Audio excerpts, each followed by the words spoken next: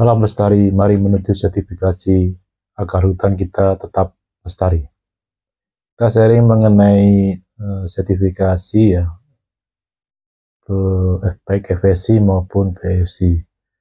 Sebagian perusahaan itu sudah berjalan biasanya sudah cukup lama, setahun, 2 tahun, 3 tahun, 5 tahun, bahkan sudah melakukan sebuah penjualan ya.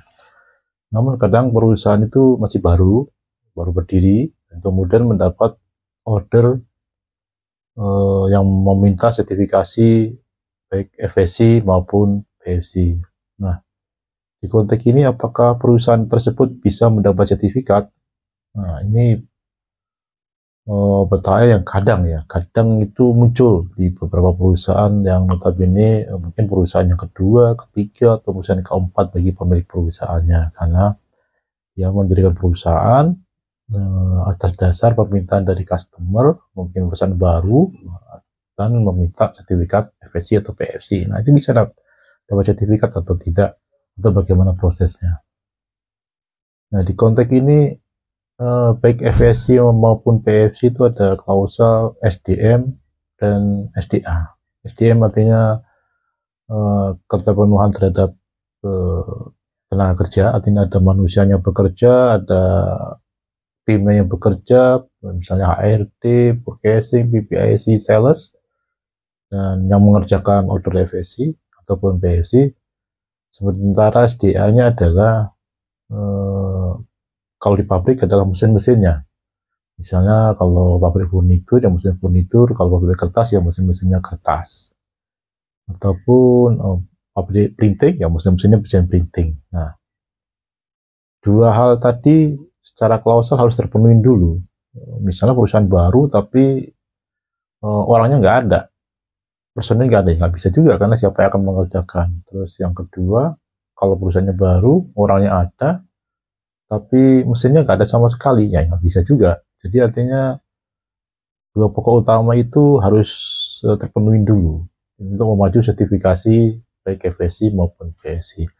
Nah, perihal apakah produksi sudah melakukan penjualan atau belum, itu problem yang ketiga. Jadi tidak menjadi masalah jika perusahaan itu belum melakukan penjualan. Namun di dalam konteks penilaian utama atau main assessment, perusahaan tersebut harus melakukan sebuah simulasi atau dummy bagaimana bisa melakukan proses produksi dari A sampai Z kalau memang dia konteksnya manufaktur.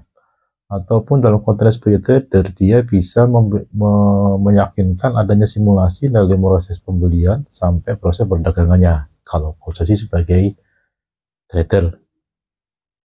Nah, artinya perusahaan ini punya kemampuan pada saat sertifikat terbit untuk melakukan sebuah bisnis atau sebuah manufaktur atau sebuah proses sistem FSC COC maupun FSC PEFC COC.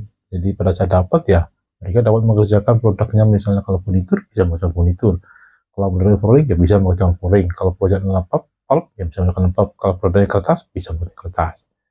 Jadi kurang lebih seperti itu di konteks perusahaan baru, yang perusahaan yang baru berdiri atau perusahaan masih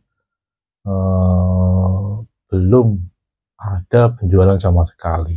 Jadi yang di sini akan dilihat adalah yang pertama adalah sistemnya. Nah, sistemnya itu sudah ada atau belum? Dalam artian ada SOP, prosedur, instruksi kerja, terus SDM-nya, terus mesin-mesinnya, bagaimana prosesnya, kemudian dilihat pemahamannya terhadap standar itu sendiri, terus training-trainingnya sudah ada atau belum.